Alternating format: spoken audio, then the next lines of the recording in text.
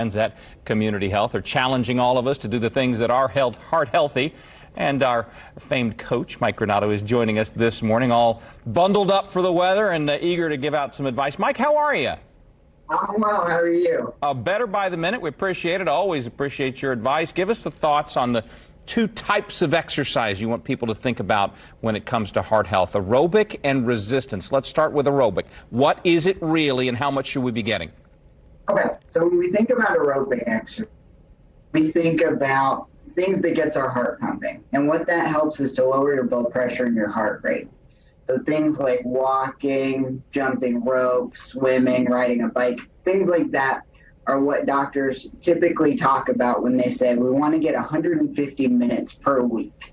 So that cuts down to about 30 minutes, 5 days a week. And the thing is, when we think about everybody says they don't have time to exercise, anything that gets that heart rate up for longer than 10 minutes at a time gives us that bang for our buck from a heart health standpoint. So three sessions of 10 minutes will give you that same half hour a day. When we talk about elevating it, is there a finite level? You know, if you're doing it on a machine, it might have like a chart or something like that. But when you think about elevating, is there a baseline for that?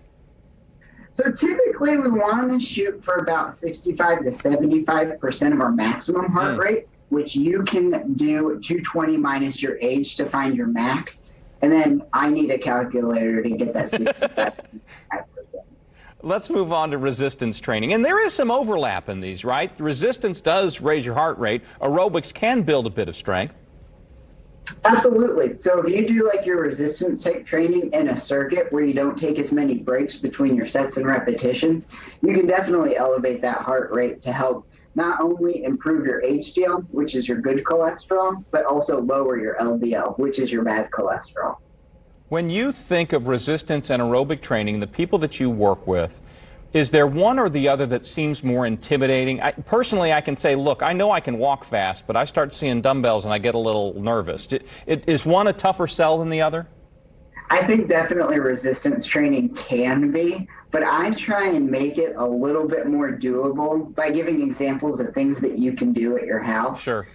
You know, you may see somebody doing like a lat pull down machine, where you can do the same upper back exercise just using a towel and sitting at the couch.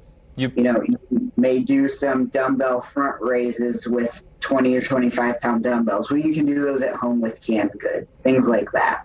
You a big fan of those rubber bands that maybe some of us got in our stocking and haven't opened them up yet? Absolutely. Get those out. You can do just some quick high pulls. You can do some bicep curls. There's a lot you can do with not a lot of equipment, especially at home.